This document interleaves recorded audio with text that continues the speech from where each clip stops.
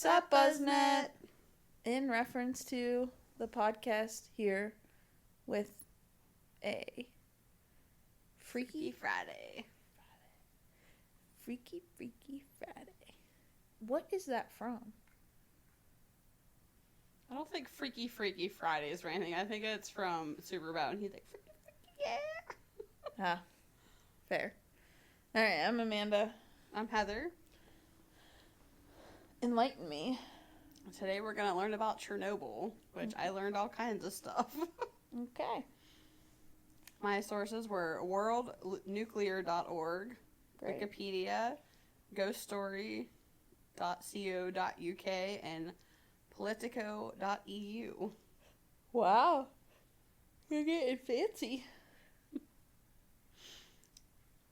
The Chernobyl Power Complex, which is about 130 kilometers, which is 81 miles north of Kiev, Ukraine, and about 20 kilometers, which is 12.4 miles south of the Belarus border, consisted of 4 nuclear reactor units. Units 1 and 2 were constructed from 1970 to 1977, and Units 3 and 4 were the same design and were constructed in 1983. 2 more reactors were being constructed at the time of the accident. Southeast of the plant, there was a 22 square kilometer, which is 8.5 square mile, artificial lake by the river Pripyat, which was made to provide cooling water for the reactors. Within a 30 kilometer or 18.6 mile radius of the power plant, the population was around 135,000 at the time of the accident. Did you make sure that you did all those conversions for me? I did. You're so sweet. On April 25th, 1986, which was only 20 days after my brother was born. Oh. Which I thought this happened like back in World War II. It did not. It did not. Prior to a routine shutdown, the reactor crew at Chernobyl 4 started to prep for a test to determine how long the turbines would spin and supply power to the main circulating pumps after the loss of main electrical power. This test had been performed in 2018. In 1985. So not even a 2 in there. But the power from the turbine ran down too quickly, so a new voltage regulator design was to be tested. A series of actions preceded the test early on April 26, 1986. By the time the operator moved to shut down the reactor was already in an extremely unstable condition. A peculiarity of the design of the control rods caused a dramatic power surge as they were inserted into the reactor. The interaction of very hot fuel with the cooling water led to a fuel fragmentation along with rapid steam production and an increase in pressure. Intense steam generation spread through the control rods that were only halfway closed and spread through the whole core, causing a steam explosion, releasing fission products into the atmosphere. 2 to 3 seconds later, a second explosion threw out fragments from the fuel channels and hot graphite, which was basically like lava. Yeah. I would not want to be in the way of that. 2 workers died in the initial explosions. The graphite and fuel became incandescent and started a number of fires, causing the main release of radioactivity into the environment. About 2 to 300 tons of water per hour was injected into the intact half of the reactor using the auxiliary feed water pumps, but they stopped about after a half of a day because of the danger of it flowing into Units 1 and 2 and flooding them. Days 2 through 10 after the accident, 5,000 tons of boron, dolomite, sand, clay, and lead was dropped onto the burning core by helicopter in efforts to extinguish the fire and to limit the release of radioactive particles. The Chernobyl accident caused the largest uncontrolled radioactive release into the environment ever recorded for any civilian operation, and large quantities were released for around 10 days. This caused serious social and economic disruption for large populations in Belarus, Russia, and the Ukraine. The Soviets were initially reluctant to make the disaster public, but had no choice when a nuclear reactor around 1,000 miles away in eastern Sweden began recording radiation levels 10 times higher than normal. How far away was it? 1,000 miles. Oh. Still. Like, for it to jump 10 times, like, yeah. There's a problem somewhere. Yeah. Do you get to the point of, like, when they did evacuations, or... Not yet. Okay, but, like, you're going to talk about it? Mm-hmm. Okay. Casualties included firemen who put out the initial fires. The fires were put out in hours, but the radiation doses caused 28 deaths, 6 of which were the firemen, by the end of July 1986. Once the cleanup started, around 200,000 people were involved during 1986 to 1987. They received high doses of radiation. Later, the number reached as high as 600,000, but they only received low doses of radiation. The highest were 100 emergency workers and on-site personnel during the first day. The town of Pripyat was evacuated on April 27th, about 45,000 residents. By May 14th, 116,000 people that had been living within 30 kilometers or 18.6 miles in a radius had been evacuated and later relocated. Around 1,000 officially returned to live within the contaminated zone. No thanks. But yeah, I know, like, it's like, they just left. Like, the town's still, like, it's creepy. Yeah. What date did this happen again? I know you said they evacuated April 25th. No, they evacuated on the 27th. Oh. What? It happened on the 26th of April. Oh, so they did start evacuations, like, immediately. Yeah. Okay. I guess once they made it public. Yeah. Well, because most of the people that lived in the town worked at the plant. Fair. A sad effect the accident had was that some doctors in Europe advised pregnant women to have abortions because of the potential radiation problems, which I thought was horrible. But like at the same at the same point, you're like, yeah, but like, what if there wasn't gonna be any problems? Yeah. Well, like you said, they like just had to up and leave. So, oh gosh, I couldn't even. Well, it just said in Europe, like not just from there, like yeah, doctors like all over, right? Like even if you weren't anywhere near it, they're like, well, just to be safe. Oh, that's insane. I mean, yeah, like it was like the whole area, not just where it happened. Yeah. Okay. Could you just imagine though your parents coming home and being like, "Okay, we gotta go. You can't take anything." Yeah. Because I mean, everything's they exposed. said there's still like teddy bears and shit there. Yeah. Listen. Dolls. This stuffed dog that I sleep with every night, that she's going with me. I don't care. We'll all die. Yeah. In the early 1990s, around $400 million was spent on improvements to the remaining reactors, enhancing their safety. Although, I don't think they enhanced it much. Unit 1 shut down after a turbine hall fire in 1997. Unit 2 shut down after a turbine hall fire in 1991. Oh, well, gotta switch that so they were in chronological order. It's okay. They were in alphabetical order. And then they just shut down Unit 3 in 2000. A small team of scientists work within the wrecked reactor building inside the shelter. Chernobyl Unit 4 was enclosed in a large concrete shelter built in October of 1986 to allow the usage of the remaining reactors. There is still 200 tons of highly radioactive material deep within the concrete shelter. Good. So all that's keeping everybody safe is just a barrier of concrete. Also, though, like,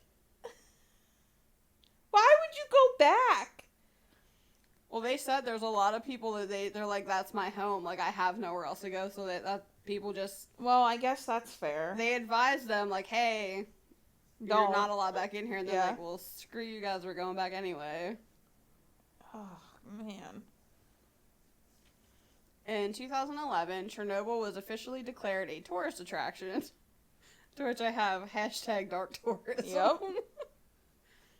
which is a prime example. Yep. In 2015, results of a major scientific study showed the mammal population of the exclusion zone was thriving despite land contamination.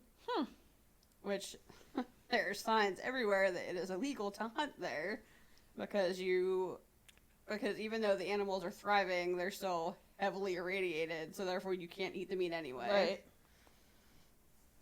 Right. The exclusion zone spans 2,600 square kilometers, which is 1,615 square miles, to prevent anyone from wandering into the contaminated area. Now on to the spooky stuff. All right. That was a lot of scientific words. Yes. Like, once I started getting into it, I was like, I got so sucked into it, I was like, I left a lot of stuff out. Because I was like, oh my god, this is so fascinating. And then I'm like, oh shit, I'm on like page 8 that I have written. Oh gosh. I'm probably going to severely butcher this name. Okay. So I apologize in advance. I think it's Russian, but I'm not sure. Okay. Andrei Karsukov, a nuclear physicist from New York, was at the power station and went to the number 4 reactor sarcophagus. He could not go inside because of radiation, but as he took radiation readings, he heard someone screaming for rescue from a fire inside. Direct quote. I ran upstairs to tell someone, but they said that when I entered the reactor control room, I was the first person to open that door in 3 years. And the only way to get inside the old reactor is through the doors I came in through. If someone had gone inside the reactor when I wasn't looking, they would have tripped the alarm that goes off when the reactor door is opened mechanically. The reactor door requires a password and handprint, yet someone or something was inside. Later that evening, as we were eating dinner outside the building by the river next to the plant, a floodlight turned on in the room of the installation. There was no way anyone could be inside. As we ate, we figured there was a power surge or something. Then, just as my colleague said that, the light shut off. Which, that one was like, any article I read, that was like the main one that happened.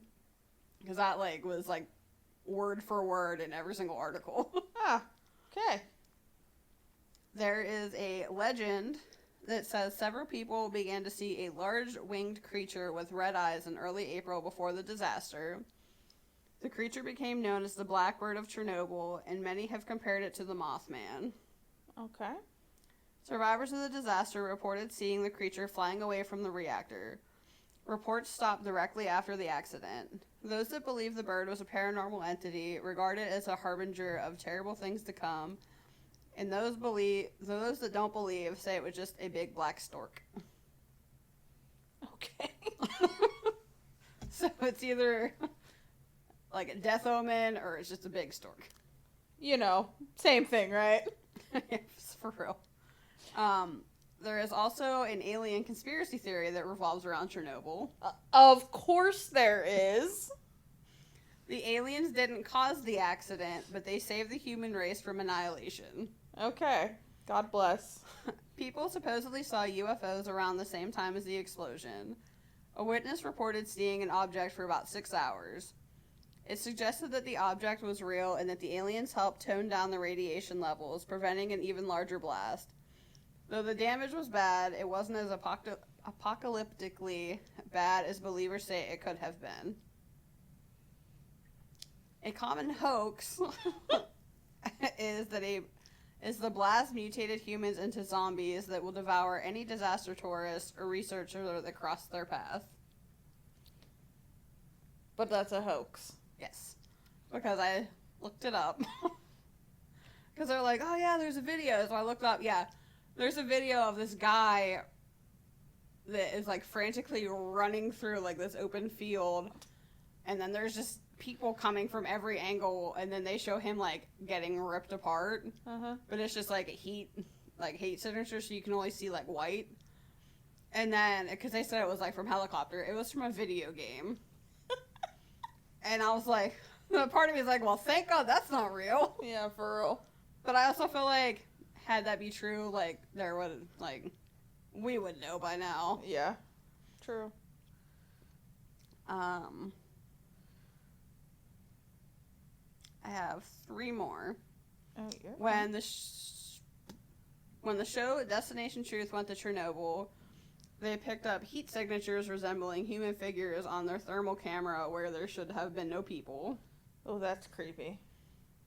But would radiation affect that? I have no idea. I've never used one. Well, I know, but I'm just just thinking out loud would. Although I guess that would be very weird if it became like a human shape. Yeah. So I don't Like know. a thermal print of somebody that was there. Maybe. Which is even creepier, I feel. Yeah. A witness in the area reported that she saw a distorted, ghostly figure of an acquaintance who she knows died during the accident. Oh. And when But she people would also have radiation issues.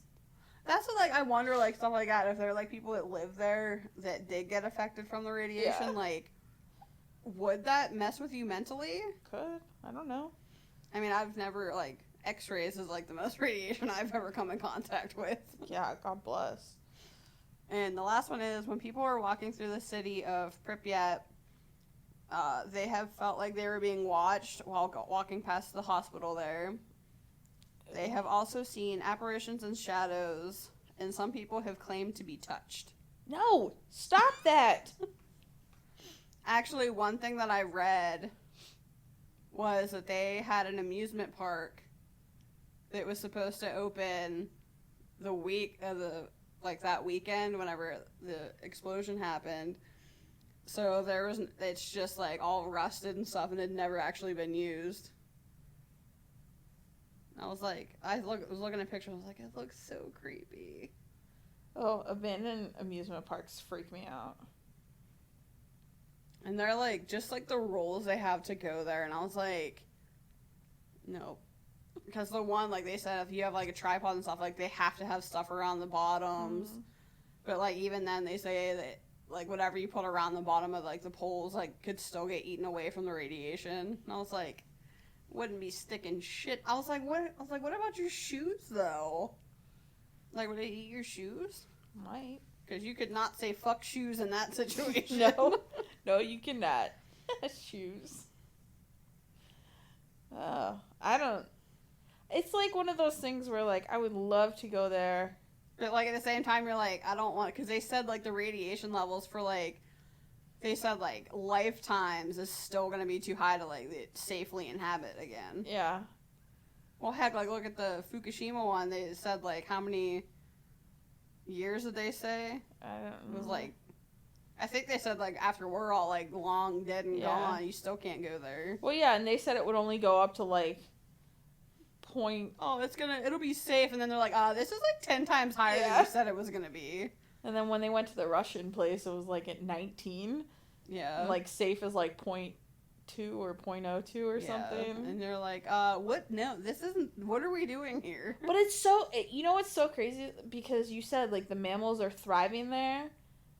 And then like when they went to that place in Russia in Dark Taurus, it was like, oh, beautiful green, luscious grass. Yeah, like, I guess, like, maybe once it, like, dies down a bit, like, it's, like, the Garden of Eden all over again. Yeah, so it's crazy how damaging it is to us, but...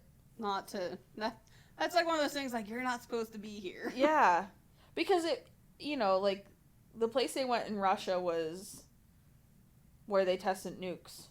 Yeah, because they said, you can go in the water, just don't go down too deep. Yeah, but it was just... But they weren't fishing there, and they ate the fish. Yeah, which still, I wouldn't eat it. I would have taken, like... No, I would try to have not eaten it, but...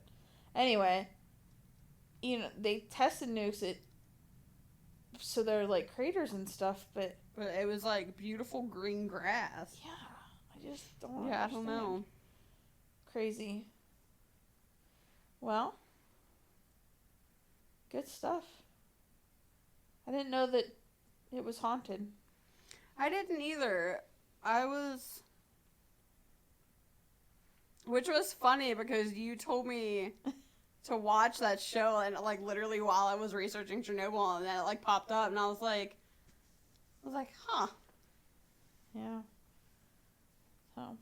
Well, if you think about it, like I feel like any place that's like that is probably haunted. I don't know. Does radiation fuck with ghosts? I don't know. I guess not. Well, I mean, like anywhere that like there's like a tragedy, like I'm sure if you'd go to like. I know. I'm just saying though. You don't know what radiation does to spirits. It probably pisses them off. Makes them more active. Or especially like one of those things if it's like there's no people there for years and years, and then people start showing up again. Yeah. Crazy. But now the thing that has like the concrete, they built a better system over top of it to have that enclosed. So Well, it's like doubly enclosed now. Yeah, can't radiation go through concrete? I have no idea. I don't either. I'm not a scientist. So, alright. Well, on Murder Monday, we're going to learn about the murder of Erica Hill. And until then, you can find us on... No, it cannot go through concrete. Oh, okay. So, until Murder Monday, you can find us on Instagram at In Reference To Podcast, on Twitter at In Reference To. You can send us an email to inreferencetopodcast@gmail.com and send us any true crime or paranormal stories you might have, or any future topics you would like us to cover. And we would love to have you support us, the podcast, and Wikipedia by joining us on Patreon at patreon.com/inreference2. And as always, if you ever need an extra dose of fur therapy, whatever you want to call it. Therapy. You can follow Brody on Instagram at Brody the Shepherd Mix. Usually he's just sleeping, so he's a sleepy, handsome boy. But, yeah, until next time.